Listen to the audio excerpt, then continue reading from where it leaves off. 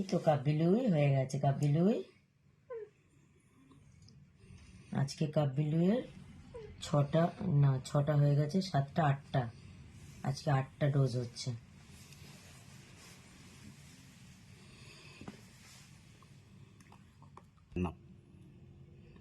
এটা কিসের গো? নার্ভের।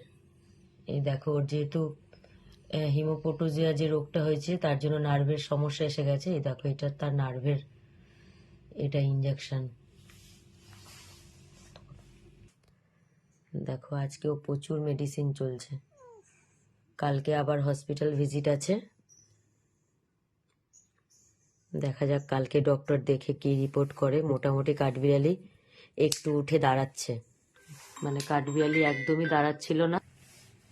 দেখো, আবার ওর পায়ে ফোটানো, মানে যে জিনিসটা আমি চাইছিলাম না যে ওর এইভাবে আবার ব্যথা দেওয়া হোক, কিন্তু সেটাই আবার হলো।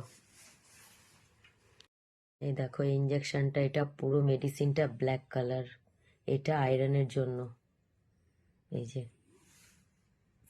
এই 3 দিন থেকে যে মেডিসিনগুলো চলছে সেগুলো টোটালি নার্ভের আর ব্লাডের জন্য আয়রন ইঞ্জেকশন হচ্ছে এগুলো।